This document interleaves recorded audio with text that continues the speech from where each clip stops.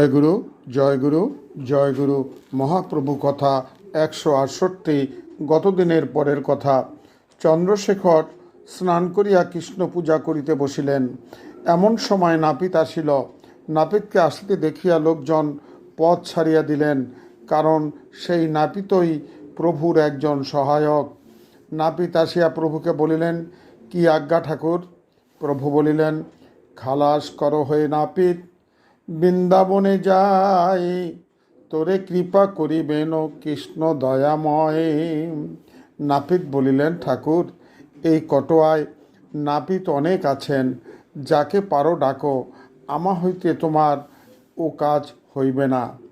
তখন প্রভু বলিলেন, হরিদাস, তুমি উপবেশন করো।